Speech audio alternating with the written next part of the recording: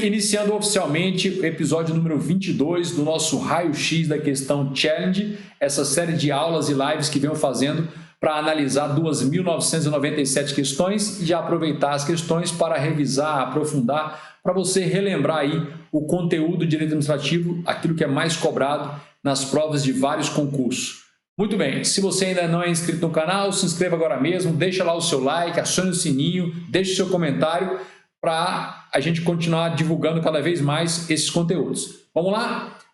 Hoje a gente parte da questão 176, questão 176, que diz o seguinte, olha o enunciado dessa questão. O enunciado da questão, deixa eu só regular aqui a minha mesa de digitadora que está meio fora do esquadro. Vamos colocar aqui, não está funcionando. Pronto. Agora sim, agora funcionou, beleza. Será que não? Aqui sim, pronto. Olha só. Muito bem, enunciado da questão 176 diz: em relação à organização da administração pública indireta, aponte o item correto. E aí a letra A diz o seguinte: empresa de Correios e Telégrafos, a ECT, né, os Correios, ECT, é uma empresa pública, ok, federal, ok, criada para prestar serviço postal, tudo bem, submete-se ao regime próprio das empresas privadas e, dessa forma, será possível a penhora. E, por isso, será possível a penhora. A rigor, vale essa regra. Mas é importante você se lembrar que o Supremo Tribunal Federal já consagrou a jurisprudência no sentido que os bens das empresas públicas que estão diretamente destinados à prestação do serviço, são bens pertencentes à empresa pública que estejam diretamente destinados à prestação de serviço, eles são impenhoráveis. Os outros bens podem ser penhorados. Então, por exemplo, os equipamentos que lá nos postos dos Correios são feitos para triagem de cartas, para executar o serviço, esses bens são impenhoráveis. Agora, um veículo utilizado como veículo executivo para a diretoria andar, este bem pode ser penhorado, é a regra. Então, vamos colocar aqui, letra A, tá ok. Letra B, empresas estatais, tipo empresas públicas e sociedade de economia mista, do estado de Rondônia, fazem jus aos privilégios processuais atribuídos à fazenda pública. Olha, cuidado.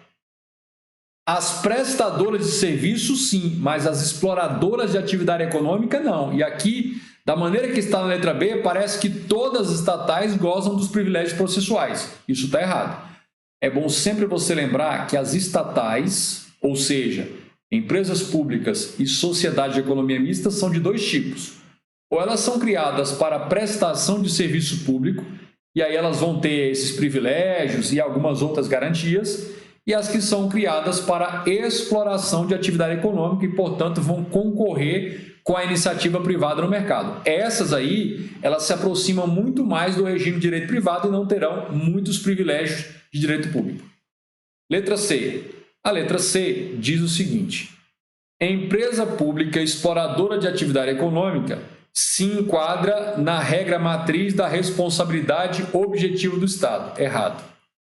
Quando ela é exploradora de atividade econômica, a responsabilidade ela é subjetiva. A responsabilidade é subjetiva. Inclusive, nós vimos isso num dos episódios dessa semana. Se não me engano, foi talvez no episódio de ontem. Beleza. Letra D. Fundação pública de direito público ou de direito privado também será abraçada pela imunidade tributária. Não, a imunidade tributária é só para a fundação pública de direito público.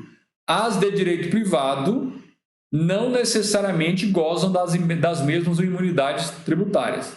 Então está errado aqui. Beleza. E...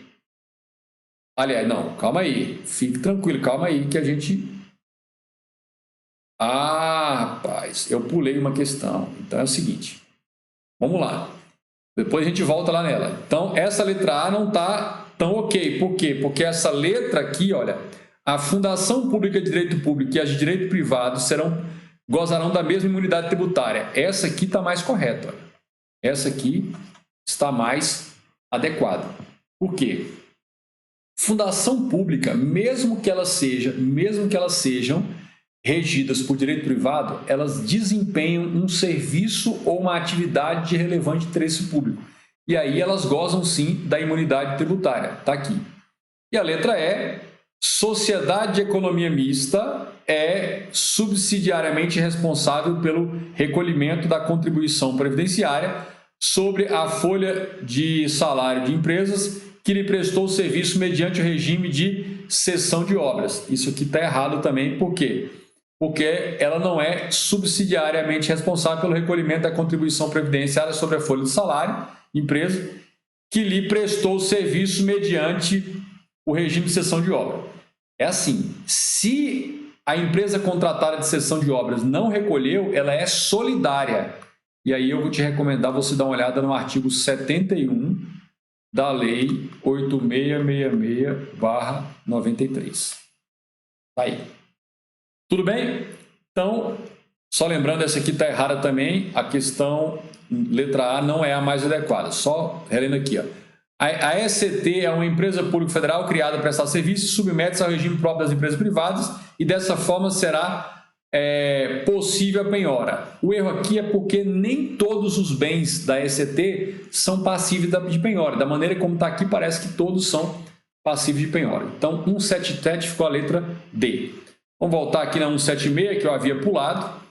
176 diz o seguinte: quaisquer tributos ou encargos legais, criados, alterados ou extintos, bem como a superveniência de disposições legais, quando ocorridas após a data da apresentação da proposta, de comprovada repercussão nos preços contratados, implicarão a revisão deste para o mais ou para menos, conforme o caso. A situação retratada acima está compatível com a situação de quê? Olha, existe um tema em matéria de contratos administrativos que é genericamente chamado de teoria da imprevisão. Existem algumas circunstâncias que geram essa imprevisibilidade, justificando a mutabilidade, a alteração dos contratos. Aí a gente tem o fato do príncipe, o fato da administração, força maior, força fortuita, na verdade, caso fortuito, força imutável, não existe. Então, essa hipótese, que é o seguinte: quando um ato do poder público, de natureza geral e abstrata, um ato, inclusive um ato legislativo, que vai atingir a todos e que acaba também repercutindo, impactando no objeto do contrato, gerando um desequilíbrio na equação econômico-financeira do contrato, vai ser passível de reequilíbrio econômico-financeiro do contrato. Quando se trata de tributos ou encargos legais alterados ou extintos, isso aí é fato do príncipe. Qual é a distinção crucial entre fato do príncipe e fato da administração? Fato do príncipe é um ato do poder público, de natureza geral e abstrata, que atinge a todos e acaba repercutindo também no objeto do contrato, gerando um desequilíbrio na equação econômica financeira do contrato, e isso vai ensejar uma alteração contratual para reequilíbrio. Esse é o fato do príncipe. O fato da administração é um ato do poder público que impacta direta e exclusivamente no objeto do contrato.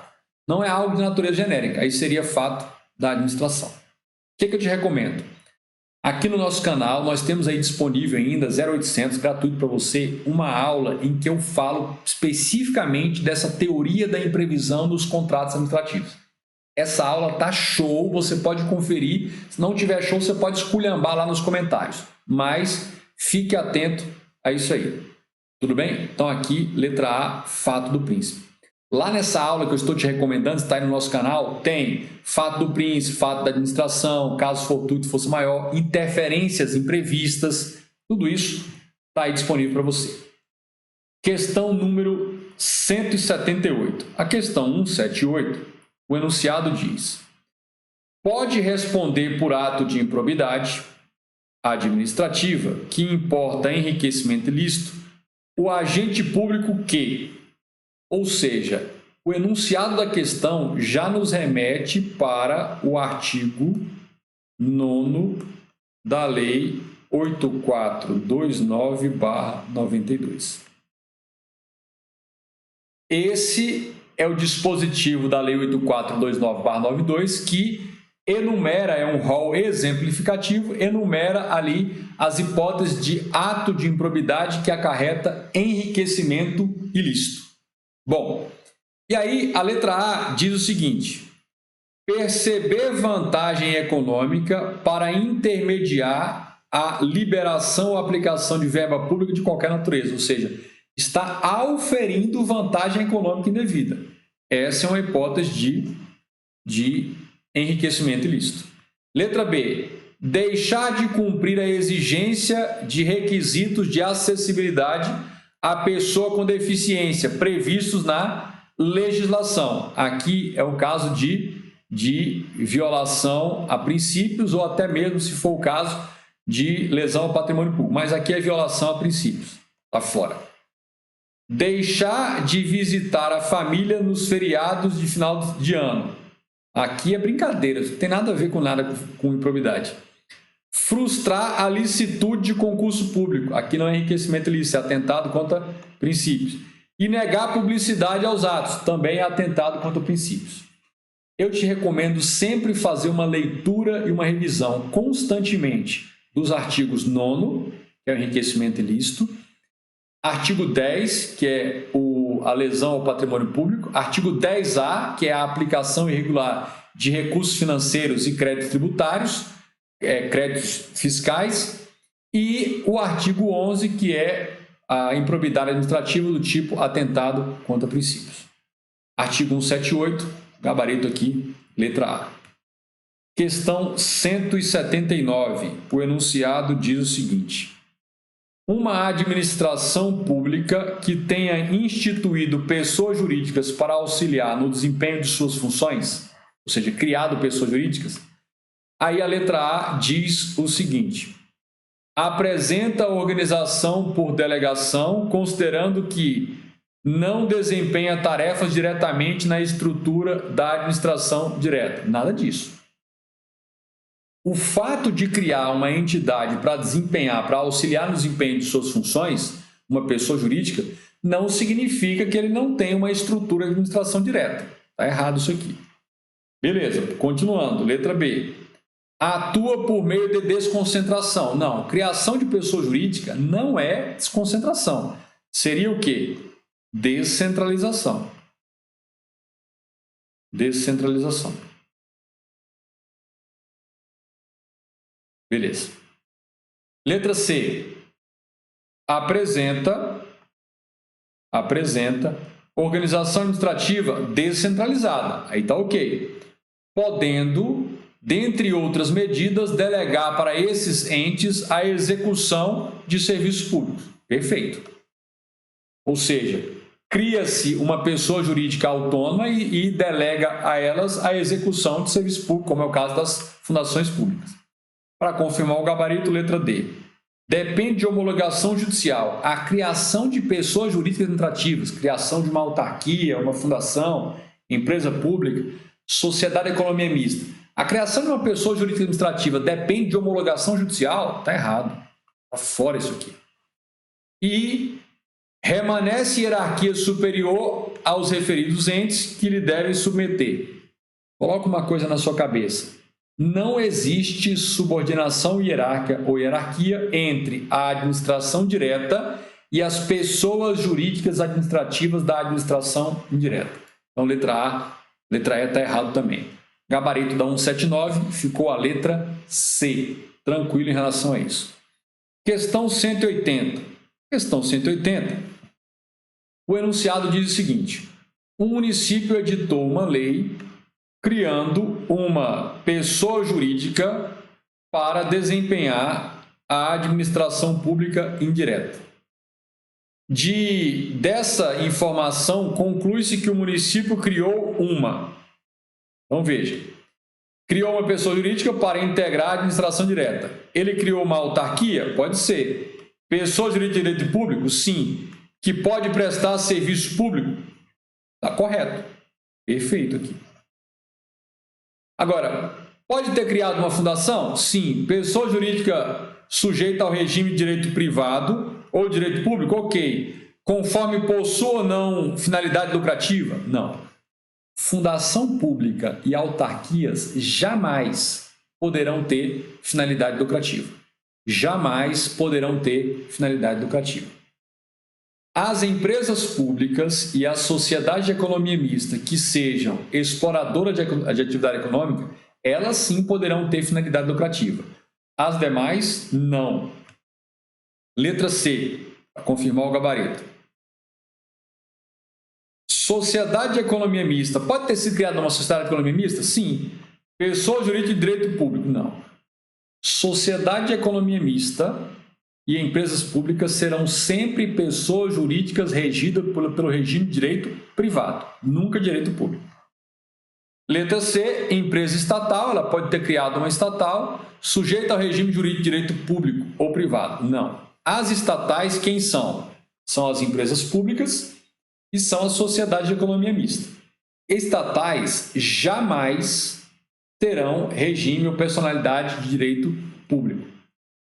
E o município poderia ter criado uma empresa pública? Sim. Sujeita ao regime jurídico de direito privado? Sim. A qual não é permitida a exploração do serviço público? Aí não, aqui está errado. Lembrando que as empresas públicas e a sociedade de economia mista, elas podem ser criadas de dois tipos. Ou como prestadoras de serviços públicos ou como exploradoras de atividade econômica. Portanto, questão 180, de fato, o gabarito é letra A. Prosseguindo, questão 181. Questão 8.1, o enunciado diz: uma prestação de serviço de utilidade pública que se caracteriza pela delegação contratual a uma pessoa física ou jurídica, o encargo de explorar um serviço público, sujeitando-se em contrapartida a certas obrigações impostas pelo poder público, denomina-se o quê? O que é isso aí? Beleza. Isso pode ser uma permissão de serviço público? Sim. Isso denomina-se de serviços mistos? Não, não existe isso. Isso pode ser por concessão? Olha aqui, ó. Concessão é somente para pessoa jurídica ou consórcio de empresas. Aí.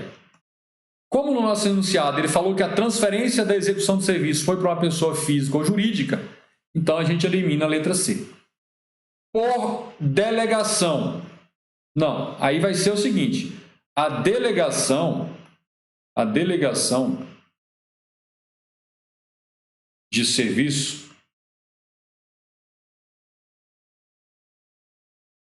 público, ela é o gênero, que aí você vai ter a concessão, você vai ter a permissão de serviço público, você vai ter a autorização e ainda vai ter a outorga de serventias extrajudiciais, são os cartórios.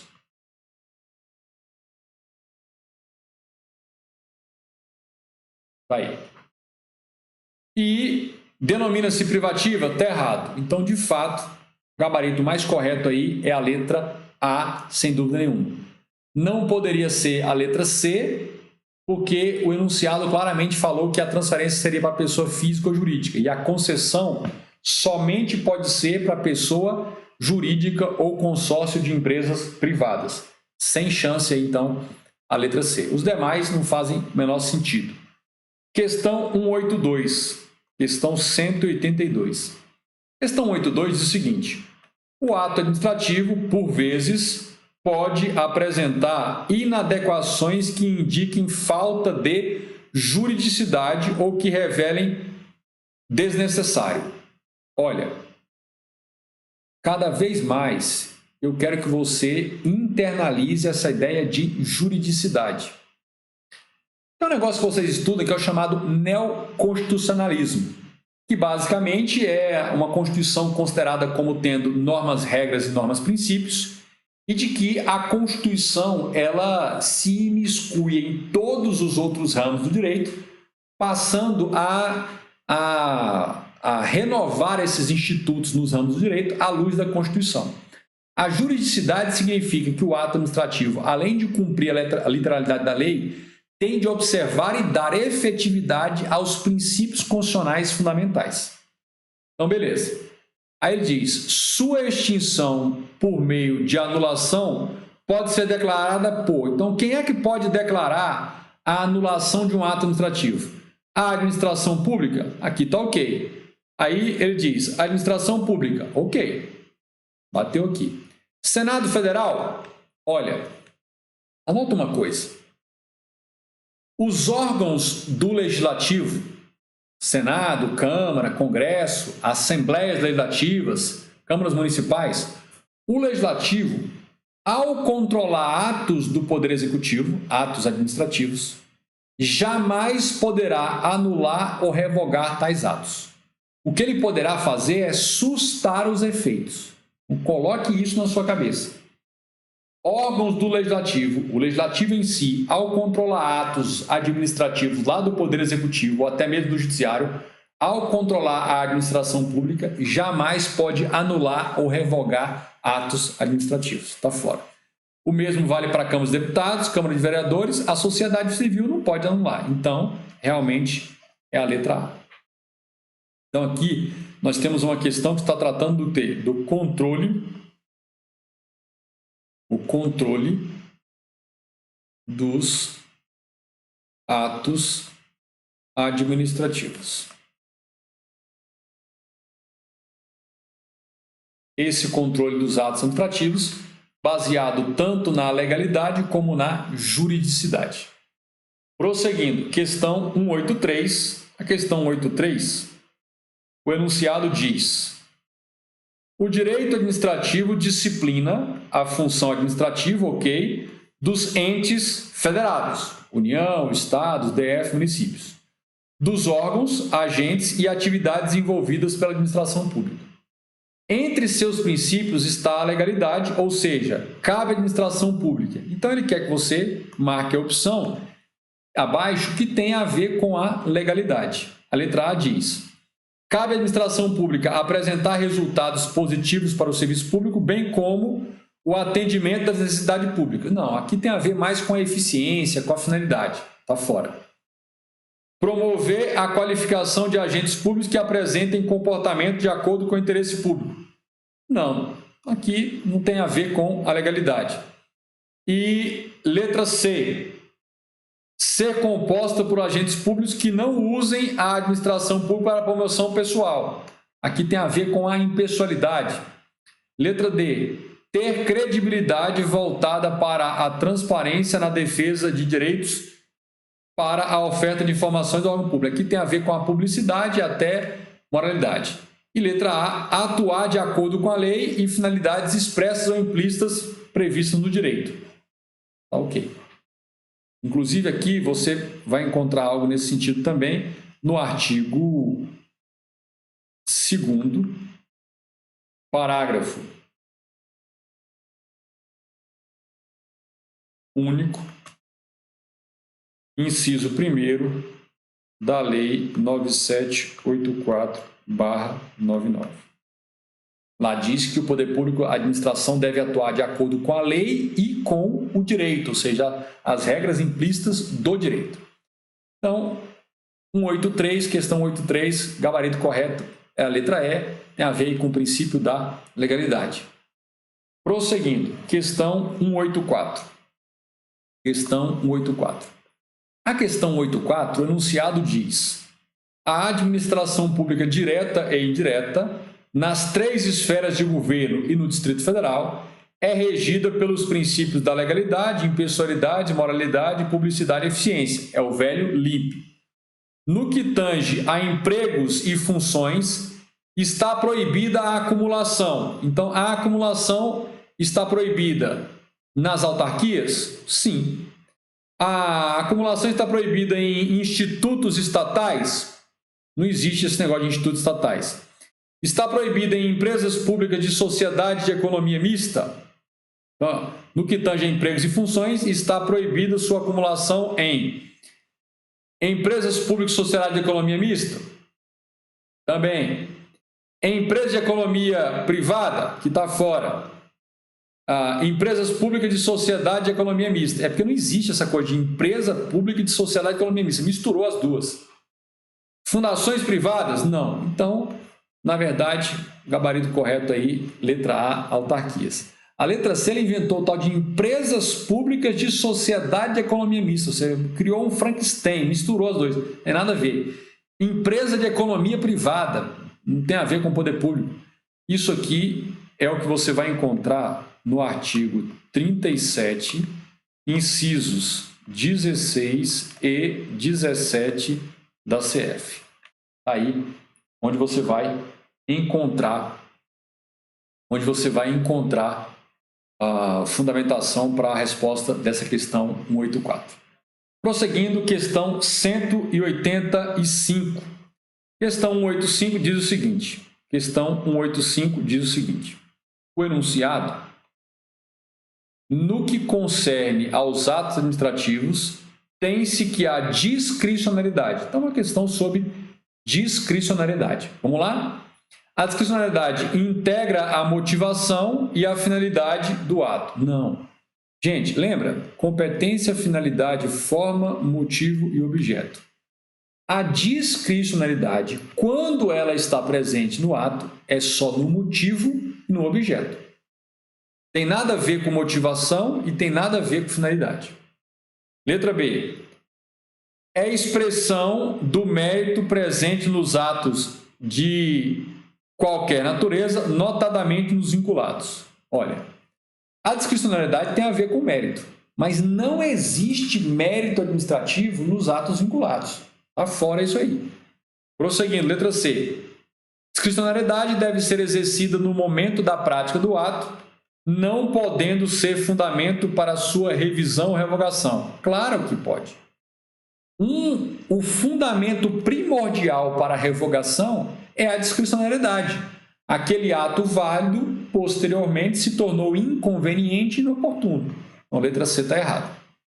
Letra D. Discricionariedade está presente em todas as espécies de atos administrativos.